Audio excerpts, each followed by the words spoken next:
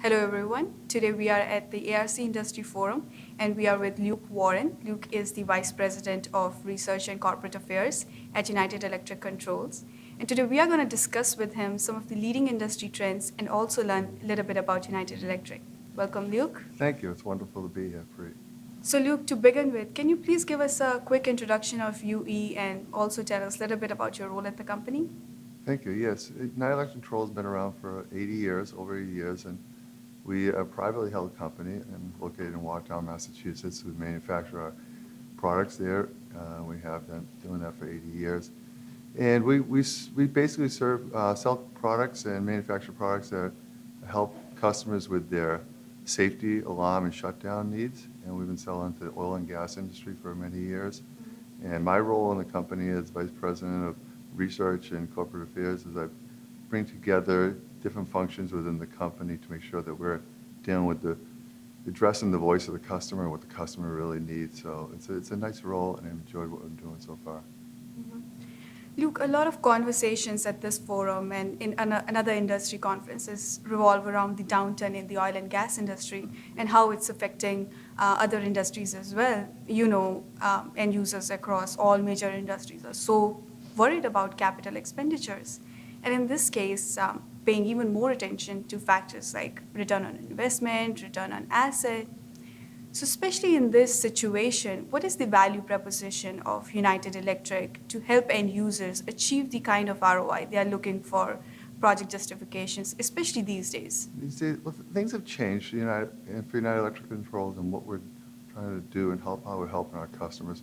When I look back at United Electric Controls, and 25 years ago, we started a lean journey, I would call it, and we were doing everything we could to make our products highest quality, lowest cost, fastest, quick delivery that we could do. And we started that, and we were one of the leading companies in that back in the 90s. And that was great, and it's helped us get to where we are now. But, it's kind of become standard right now. Lean is more of a standard thing. And what we're trying to do now is take that internal focus and really externally focus our company to meeting customer needs. And what I call it right now is the voice of the customer journey. Understanding what the problems of the customer are, and then working on developing solutions to solve those problems. So going from a company where a lot of times it was, hey, we've developed a great solution, what does it solve your problem?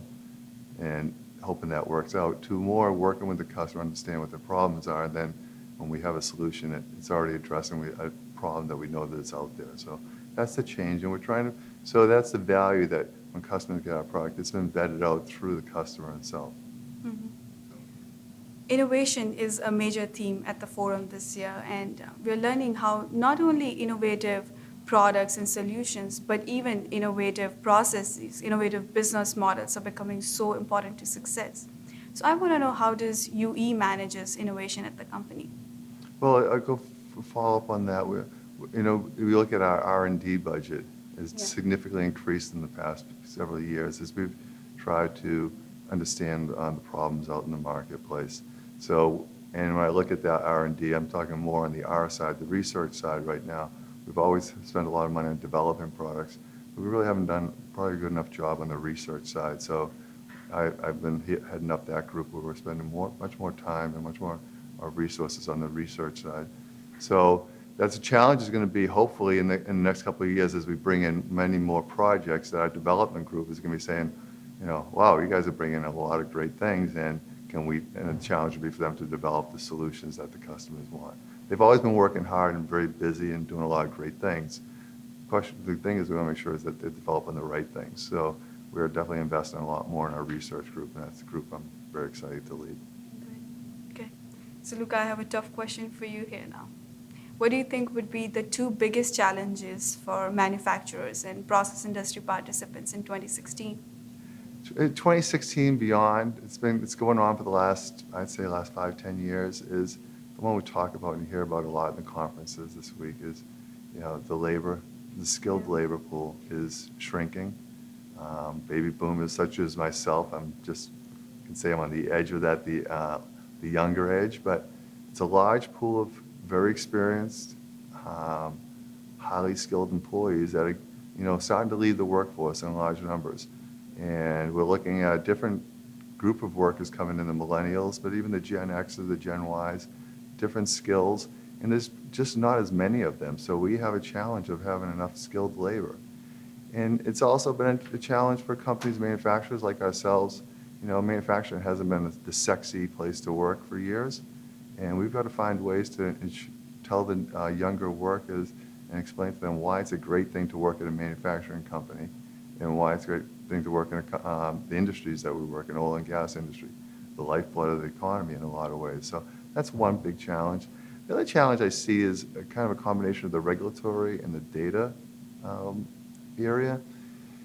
Data it's a great thing. We all talk about all the data we can grab now. There's so many sensors out there, and you can grab all this data. With data, what are you going to do with that data? And you can no longer say we don't know the situation. And so in the regulatory environment, especially with emissions of different gases and greenhouse gases, it's no longer sufficient to say we don't know what the methane leaks are or what those types of situations are. So great, we have all this data. What are we going to do with it? So that's going to be a challenge I see going forward, that we not only can grab the data, but now what are we going to do with it smartly? Mm-hmm. Luke, there's one question we ask end users a lot, and that is, what keeps them up at night? And the answer we hear often is unplanned downtime. So my question to you is, how is UE helping end users avoid unplanned downtime? Well, we're hoping to help, and we have a new product that's coming out this year, and it's a slight change in, well, I say a slight change, hopefully a significant change in the way a product is used.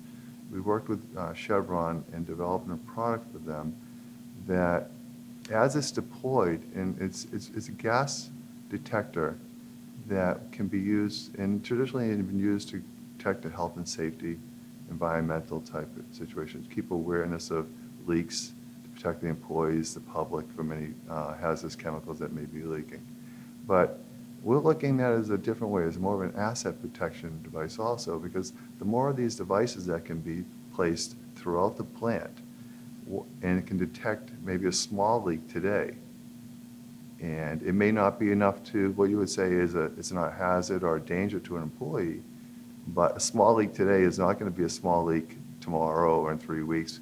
So if they can be aware of these leaks because of a device that's looking to protect their employees, but also keeping their assets running, then down the road, they're not shutting down because this small leak that they could have been aware of has now become such a major leak that they've had to shut the process down. So we're trying to make our devices not only work for what we see as traditional approaches, but how else can we use it? How else can we use that data?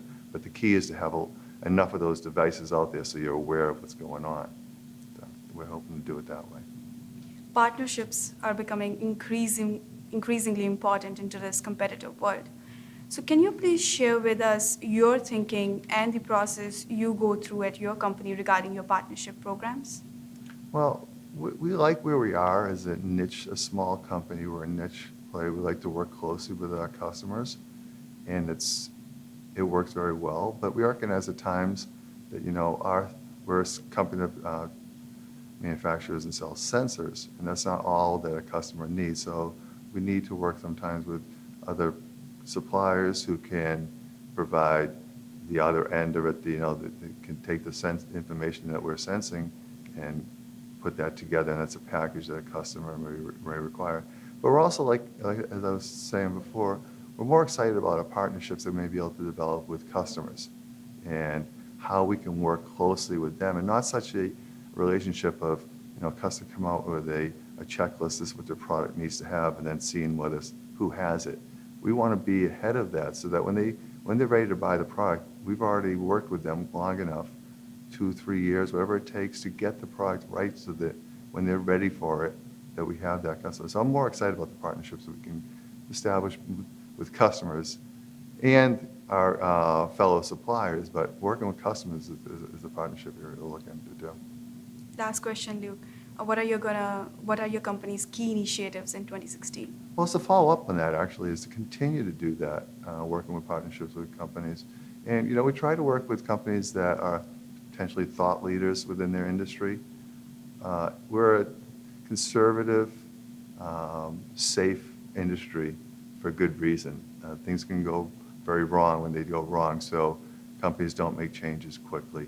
So we're trying to work with companies that are thought leaders and early adopters, perhaps, and partner with them.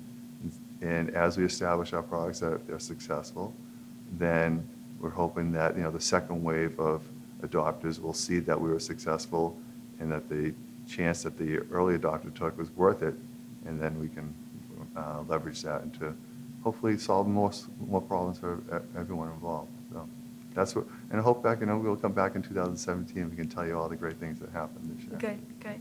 Thank you so much for your time, Luke. Thank you. On behalf of United Electric Controls and its employees, thank you. It's been a great opportunity to speak with you. So we were talking to Luke Warren, Vice President of Research and Corporate Affairs at United Electric Controls. Thank you for watching.